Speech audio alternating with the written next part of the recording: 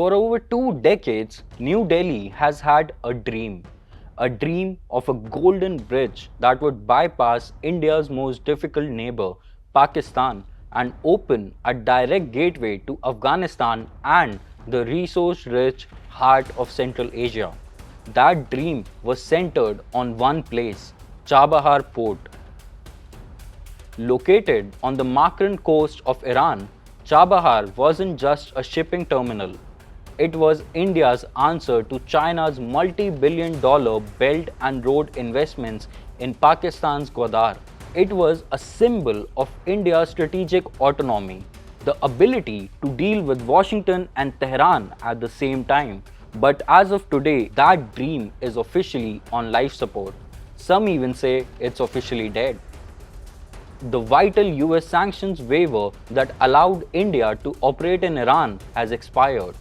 With no renewal in sight and a regional war looming, India faces a brutal choice: withdraw from its most ambitious regional project or face the full wrath of the United States. To understand why this matters, we have to look at what was at stake. Since 2003, India and Iran have been flirting with the idea of developing the Shahid Beheshti terminal at Chabahar. In 2016, a landmark trilateral agreement between India, Iran, and Afghanistan finally set the wheels in motion. But why Chabahar, you might ask? Because India is geographically caged to its west by Pakistan. By using Chabahar, India could ship goods to the Iranian coast and then move them by road and rail into Afghanistan and beyond. Over the last decade, India invested hundreds of millions of dollars. They sent wheat to Afghanistan through this route. They sent machinery. They built hope. Even during Donald Trump's first term, India managed to do the impossible. They secured a carve out from US sanctions, arguing that Chabahar was essential for the reconstruction of Afghanistan. But geopolitics is a shifting sand dune, and in 2026, the wind has shifted completely. The turning point came in late 2025. The second Trump administration took a much harder line than the first, revoking all Iranian related exemptions as part of a maximum pressure 2.0 campaign. India lobbied hard. They secured a temporary extension that lasted until April 26, 2026. But that deadline has now passed.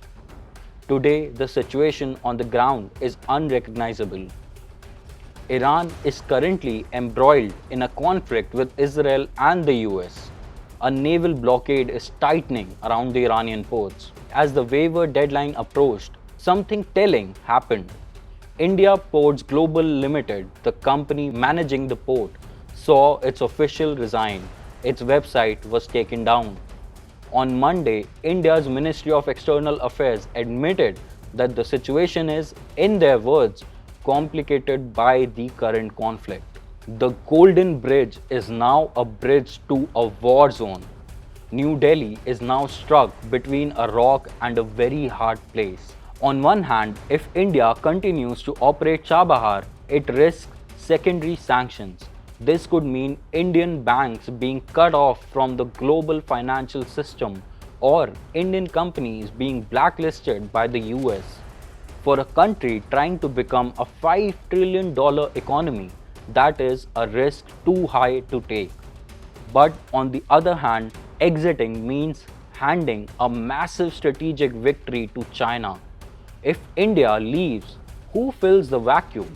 Most likely, Tehran will turn to Beijing to integrate Chabahar into its own network.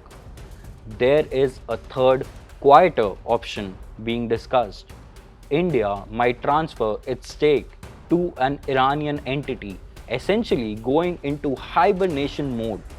They would leave the equipment, leave the infrastructure, and hope to return years from now when the fires of the war have cooled down. But as we all know, hope is not a strategy. Analysts suggest that if India's priority is keeping its relationship with Washington and Tel Aviv intact, Chabahar has become a losing bet. For years, Chabahar was the ultimate test of India's strategic autonomy.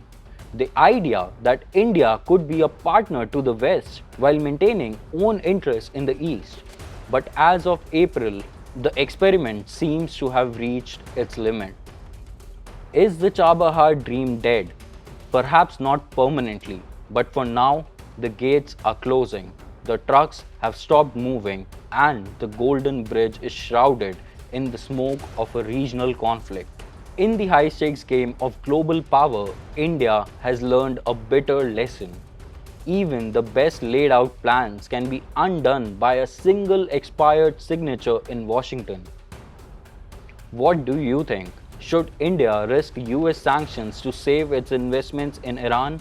Or is it time to cut the losses? Let us know in the comment section below.